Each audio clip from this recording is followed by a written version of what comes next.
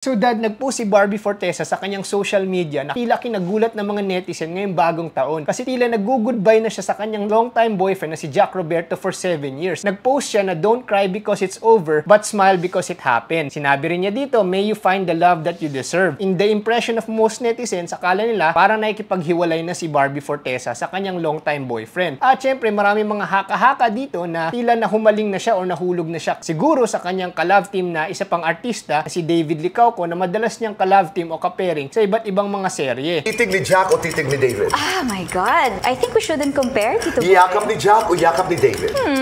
Ang ganda ko naman.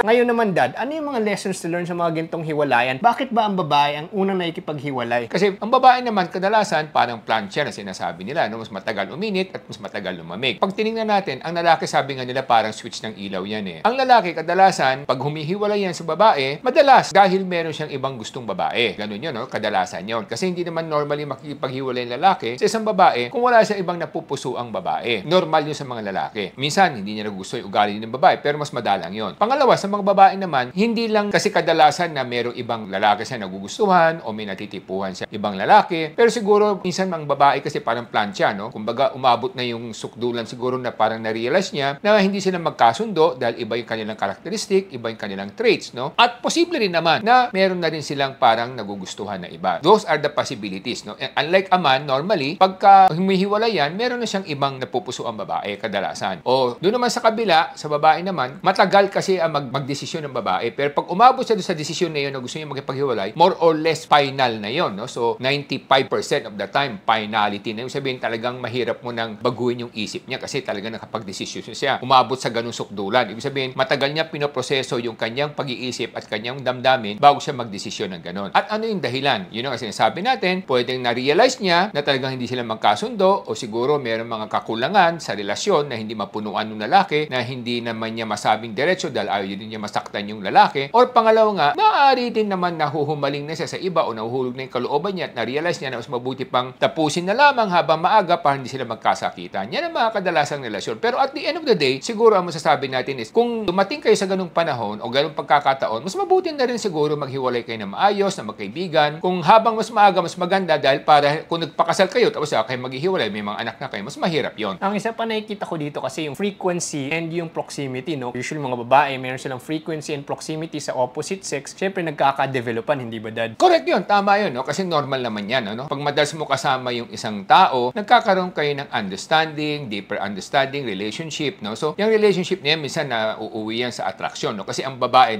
kadalasan, na-attract pag gwapo yung lalaki, pero para mahulog yung kalooban niya sa'yo, kinakailangan nagkasundo kayo, nagkagustuhan kayo. At the same time, yung time din, no? Napakahalaga no time. Kaya nga titingnan natin, karamihan na nag-aasawa, yung mga mag-same office mate, same career, kasi sila yung nagkakasama palagi, kung proximity, at the same time, consistency, consistent presence of each other. Siyempre, talaga nagkakaroon ng tinatawag nating developed relationship. Siyempre, kung ang trabaho natin, minsan na-expose tayo sa opposite sex, kahit sa mga artista, kitang-kita natin yan, ano? Nakikita natin yung mga artista na sa ibang bansa, kahit nasaan pa. Kung meron silang laging kapartner, kadalasan nagkakahulugan ng kalooban yan. So, yun ang isang dahilan. example nga dyan, si Ryan Reynolds, no? Kasi dati si Ryan Reynolds, partner niya si Scarlett Johansson, tapos biglang naging ka-love team niya si Blake Lively. Kaya over time, naging si Blake Lively na yung kanyang current partner. Ganon din si Brad Pitt tsaka si Angelina Jolie, ano? Dahil naging love team sila sa mga iba't ibang pelikula, eventually nagka-developan din sila. So, meron talagang epekto yung proximity and frequency kapag yung babae parati nakasama yung isang lalaki, nagkaka-developan. So anyway, yun yung mga lessons learned namin for today. Ako nga pala si Engineer Morgan Sai, ang inyong coach ng bayan. Ako naman po si Michael Sai, yung dad ng bayan.